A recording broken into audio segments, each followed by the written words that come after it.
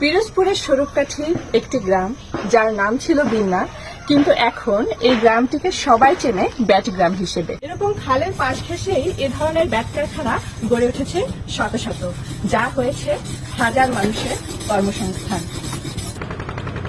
স্বরূপকাঠি উপজেলা সদর থেকে 5 থেকে 6 কিলোমিটার উত্তর পশ্চিমে বেলুয়া নদীর পূর্ব পারে এই গ্রামের অবস্থান।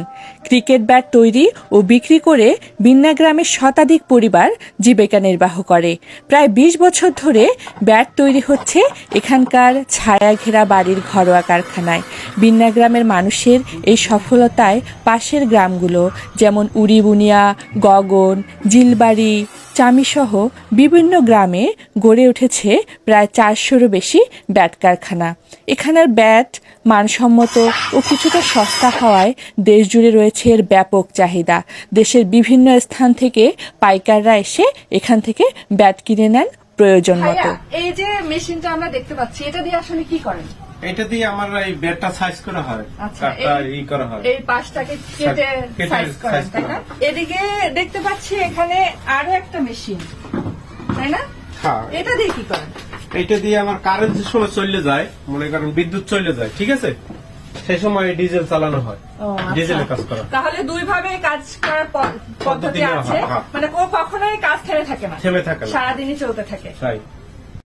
প্রথম এরা ব্যাটের কাঠ সংগ্রহ করে, সর্বপ্রথম মিল থেকে এই সাইজ করে।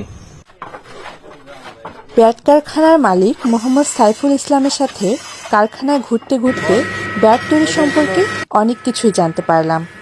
ব্যাট তৈরির প্রথমে সমিলে সাইজ মতো গাছ কেটে ব্যাটের মূল অংশটি তৈরি করা হয়। এরপরে হাতল যুক্ত করা হয়। এরপর চলে ফিনিশিংয়ের কাজ আর লেভেলিংয়ের কাজ করা হয় পাইকারি বিক্রির পর। এ পর্যায়ে আমরা দেখে নিলাম ব্যাটের হাতল কিভাবে তৈরি করা হয়। ভাইয়া, আপনি কি আমাদেরকে একটু বলবেন এই ধরনের ব্যাট আপনারা প্রতিদিন কতগুলো তৈরি করেন? ডেইলি সাধারণত আমরা 400 থেকে 500 পিস কমপ্লিট করা হয় আমাদের কারখানায়। এগুলো কি আপনারা পাইকারি বিক্রি করেন নাকি খুচরাও বিক্রি করেন? পাইকারি বিক্রি করা হয় এবং ঢাকায় বিক্রি করা হয়। আচ্ছা, খেলাধুলার উপর নির্ভর করে আমাদের দামটা। এবছরে দাম কম।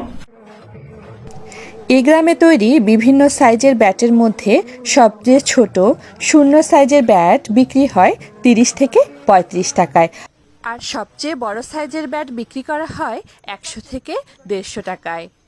ক্রিকেট ব্যাট তৈরির পথিকৃৎ আব্দুল লতিফ মিয়া স্বরূপকাঠিরই বাসিন্দা।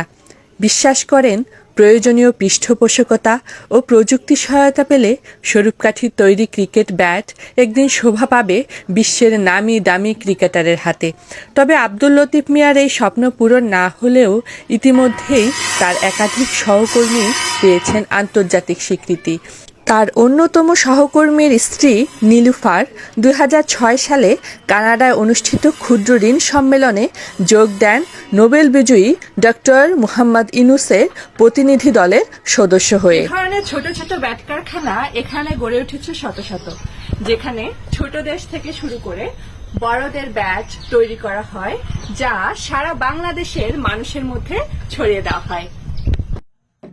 আজকে আমরা ব্যাটগ্রাম থেকে এখানেই বিদায় নিচ্ছি।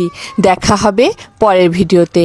তবে ভিডিওটি আপনাদের ভালো লেগে থাকলে অন্য কেউ দেখার সুযোগ করে দিন।